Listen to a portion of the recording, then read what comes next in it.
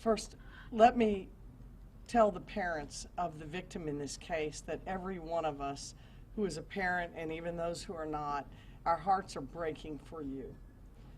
These are the kinds of tragedies that access to firearms, however this 16-year-old got it, this is exactly the kind of thing that we're trying to prevent with our focus on violent offenders with guns.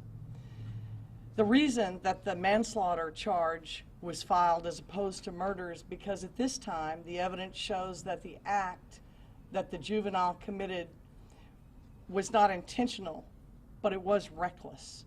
The individuals knew each other. They were part of an ROTC group there at Bellaire. They were not, based on everything that I've learned, engaged in a dispute. They were friendly. They were friends. So this is not an accident, because pulling a trigger on a gun, whether you know if it's loaded or not, is an intentional act. But he did not, based on the evidence we have right now, intend to kill his friend. Yet he did. And what do you think that says? I mean, That's reckless, and reckless conduct that causes the death of another individual is something that this young person is going to have to live with the rest of his life.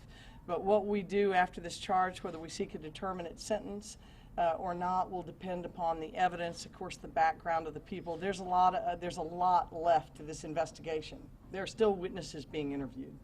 Was the weapon used an ROTC weapon? We don't have the weapon in custody, that's my understanding about the state of the evidence right now.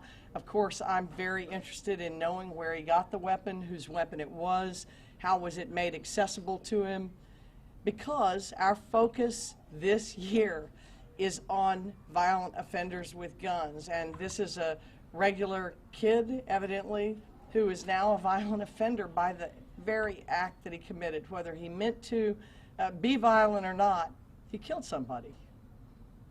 And that somebody was a son and a student and a friend, and it's our community's collective loss. At this point, we don't know how he got the gun. Right.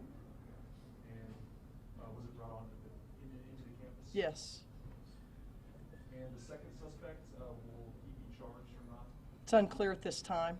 I don't know that anyone is being considered a second suspect. There are other people involved peripherally in terms of having contact with the accused, but the state of the evidence is unclear, and there are no other charges pending now. what do we know about the second suspect? Is it We're not calling him a second suspect. This is a one-on-one shooting. I just know that there were other people peripherally involved.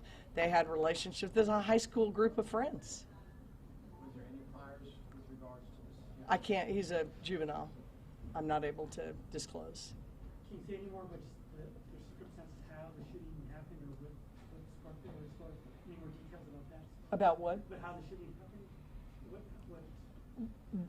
Evidently, the student killer brought the school, evidently the student killer brought the gun to school, and he and the victim were acquainted. They were in the ROTC, it's my understanding, and in the ROTC room, and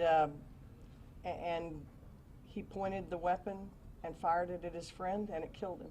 So this happened in the ROTC room? That's my understanding. Is he going to be charged as an adult or a juvenile? He's charged as a juvenile. He's 16 years old. One more question. Did you confirm the name and age of the victim? No, not at this time. Thanks, everyone. Thank you all.